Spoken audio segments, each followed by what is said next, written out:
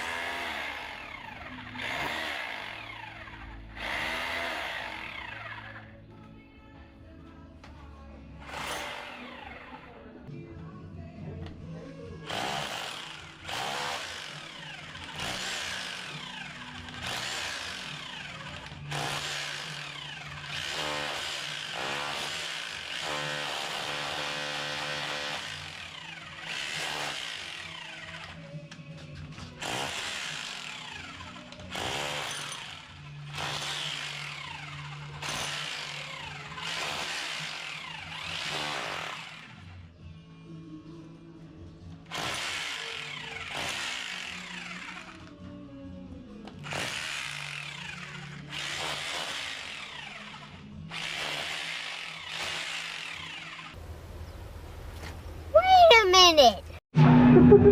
Umulan pa bigla.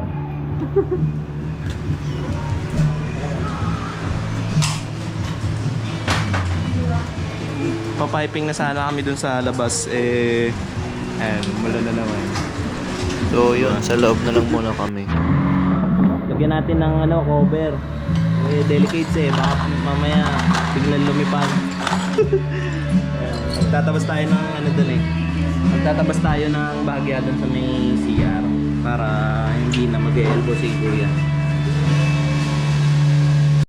So pag maglalagay kayo ng ano, bala, wag nyo siyang, ito pinaka-content, yung pinaka-content niyan, wag nyo siyang babalik ta rin.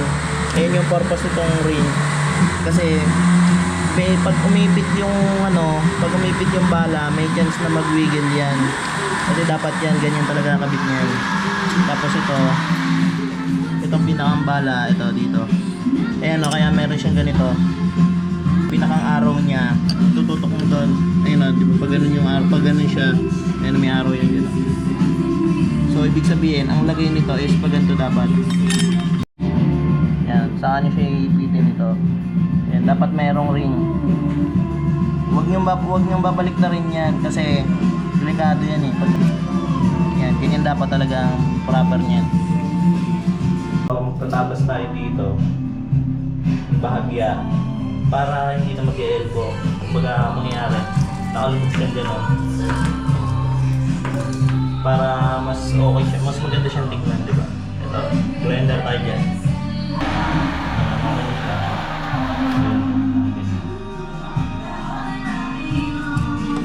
Tapos tinabasan para pag-fit.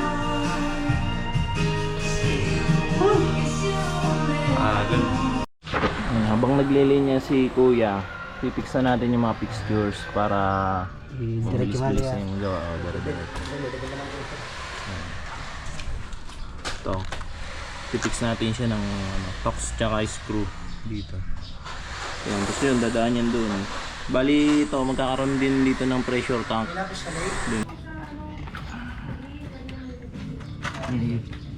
Sulitin natin habang wala na namang ulan. Kasi may ulan.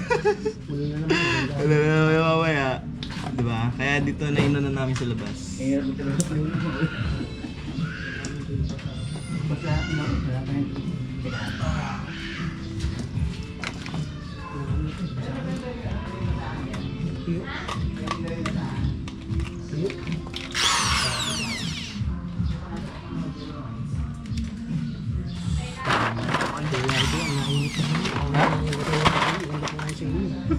Galis ako, galis 50. Balyado pa.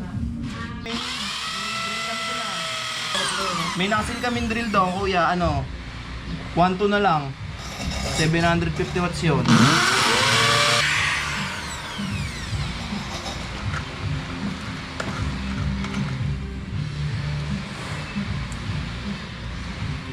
Sabi ko, meron na galis doon.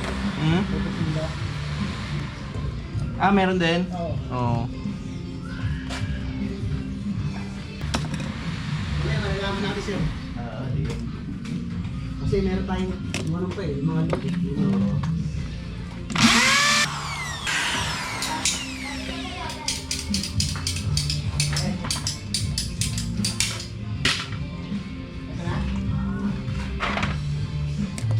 Ito, pwede ba muna sa ano?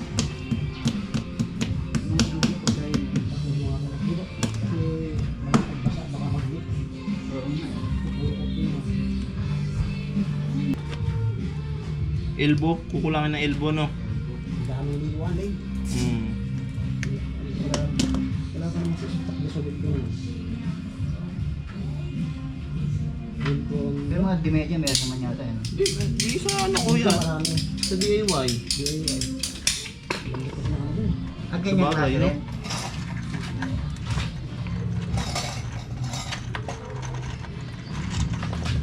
Hindi, pasalit mo ako rin mag-uulay. Ito lang naman. Sige. Wala akong napapasway ko.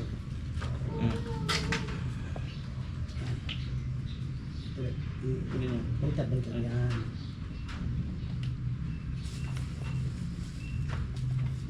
Kamay mo. Sige.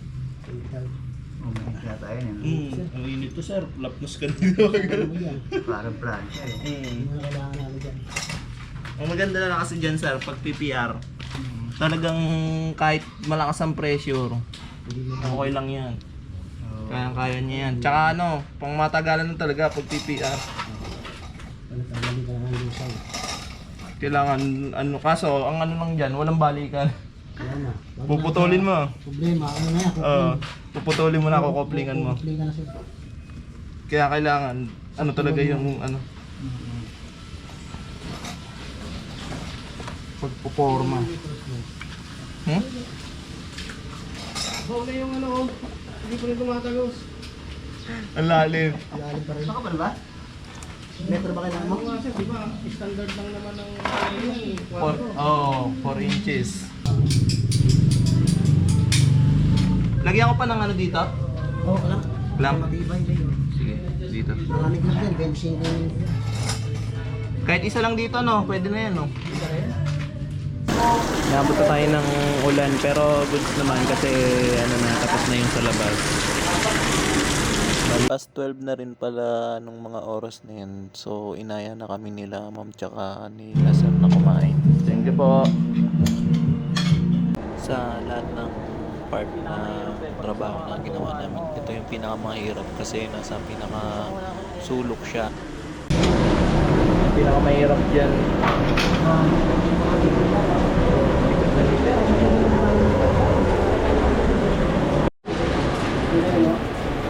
Bali, nakulangan pa ng ng isang pipe. Bumili pa si Sir sa hardware. So, yun, almost done na naman yung namin dito, yung gawa. Yung mangyayari, babalikan namin yung sa pressure tank tsaka sa motor kasi kailangan pang gawa ng na ETT dapat yung ito. Yung pinaka-poso nila, ma'am. Wala pang abang. So, yun. Bali, yun yung pinaka magiging sunod na project namin dito. Natuwa si ma'am sa gawa namin. So, mangyayari, yung electrical, sa amin na rin ipapagawa ni ma'am. So, yun. Tempo talaga na buti tinawagan ako ni kuya. Kasi wala na rin ng budget. And, so, magkaka-budget tayo ngayon. So, yun. Bali mamaya pagka dumating si Sir, tutuloy na namin yung gawa namin sa taas. So yun na lang, tapos na. Ang leak test nito pagka na-install na yung pinaka mismong water pump. So yun lang guys.